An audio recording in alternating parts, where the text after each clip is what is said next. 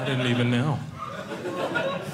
I love getting to do comedy because it's a little lower stress than my last job. I was in the Army for 14 years before I did this, and people often will thank me for my service when they hear that, and I'm like, you don't know what kind of service I provided. I almost didn't make it in.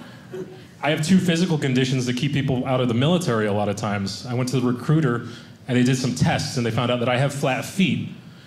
And the other one, this is the big one, I'm a big coward.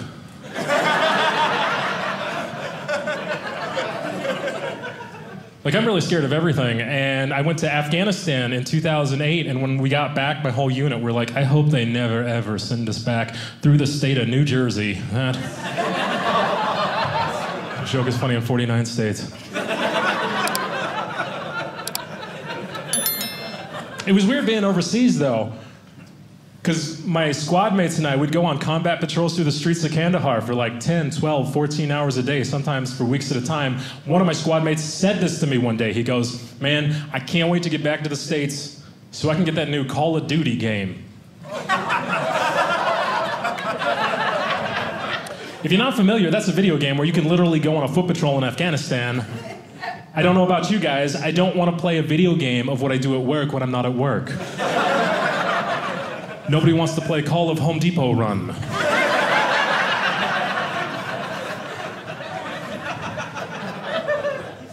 People ask me what I did in the military, and I say I worked in the intelligence field for a while, and they're like, oh, that's so cool, what did you do? And I'm like, I can't talk about it. They go, oh, probably some like top secret security clearance, right? And I'm like, no, I just wasn't paying a lot of attention, I can't talk about it. I have no idea what I was supposed to be doing.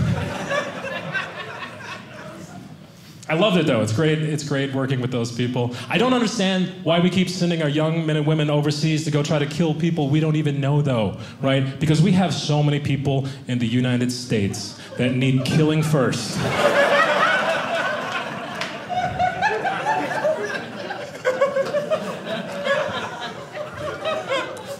It's been weird being out though. I talk to women on occasion and I'll tell them I was in the military, and the first thing every girl has ever said, that's so cool.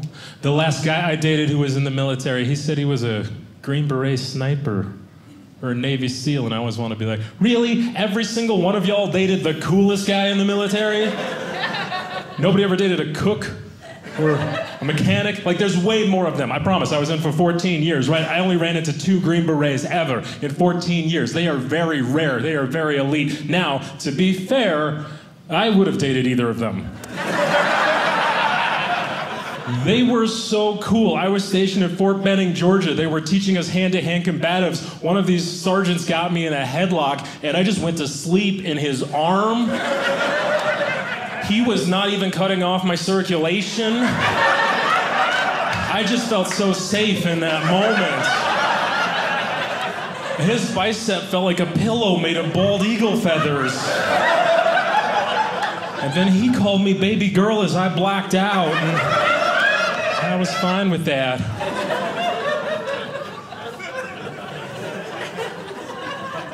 I really don't know how I lasted so long. I'm a very anxious, nervous person. Like, I can't even talk to women that well, which is weird because I grew up with 3. My mom, my sister, my grandma, lovely women, but they did not teach me how to be smooth and cool. They did teach me one other thing, though, and that is to lose a fight and pretend I'm happy.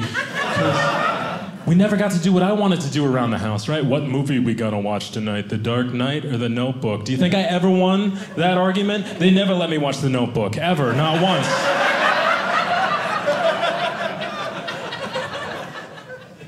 I looked to my other friends to try to teach me. My buddy showed me one night, we were going to a club, and he just walks up to this beautiful girl with all the confidence and swagger in the world. He's just like, girl, your hotness is at a 10. Need you to bring it on down to a 6, all right? You're a 10, bring it on down. My buddy said that to a girl and got her number, and I was like, okay, I know all those words, I can do that. But I like the confidence to say that, and the next girl that walked up, I said, hey, girl, you think you're a 10, but you're a 6. Which is not the same thing at all. That's okay, I'm fine with that. I realized my problem is I'm not good at flirting because I take everything too literally. One time I was on a date and this girl goes, "Hey Jamie, what would you do if you were the boss of me?" And I said, "I'd probably reduce your work hours so I wouldn't have to pay your health benefits."